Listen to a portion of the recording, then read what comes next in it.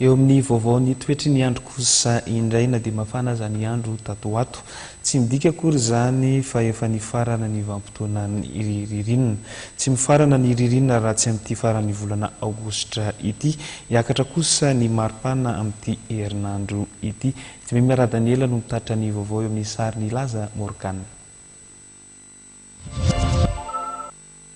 Tsy mbola mifarana ny vanim-potoana ny ririnina na dia efa manomboka miroso amin'ny vanim-potoana ny mafana azy isika eto Madagasikara. Raha ny fanazavana entin'ny sampana mpamantatra ny toetr'andro etsy Ampandrimomby. Hita taratra amin'ny fomba fiakanjon'ny mponina eny an-dalana izany hafanan'ny andro izany.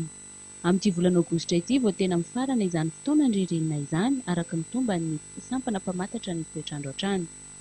Tapitra teraka angamba ny loha tsy ho tapitra fa efa miditra mian-dalana zany tsika any amin'ilay vanim-potoana ataoko hoe vanim-potoana somary mafana e fa tsika zany mbola tsy mifarana tanteraka zany ririnina. Raha ny ara-pahamaritana moa zay le atao hoe klimatolojia ny antotanisa dia any amin'ny volana ho izy mety matetika izy io mety ho lasa loha kely mety ho tara kely ihany koa zay zany amin'ny ankapobeny. Ho tsara hatrany ny andro amin'ny herinandro ity saika manerana ny nosy raha toa ka hanorana ny any amin'ny faritra Sava. Andro mety ho tombatombana zany mandritra ny toetr'andro ity moa zany dia mbola vinavinaina tsara ihany zany ny toetr'andro afa-tsy ny ilany atsina avaratra atsinanana iny zany Sava sy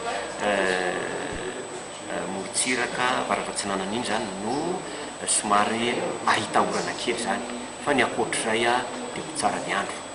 Zay ho tsara ny andro zay zany ny température zany dia ampovoantany dia ny ambany indrindra manodidina ny 120 degré Celsius na 10 degré Celsius dia ho tafakatra any amin'ny 30 degré Celsius izy mafana indrindra zany.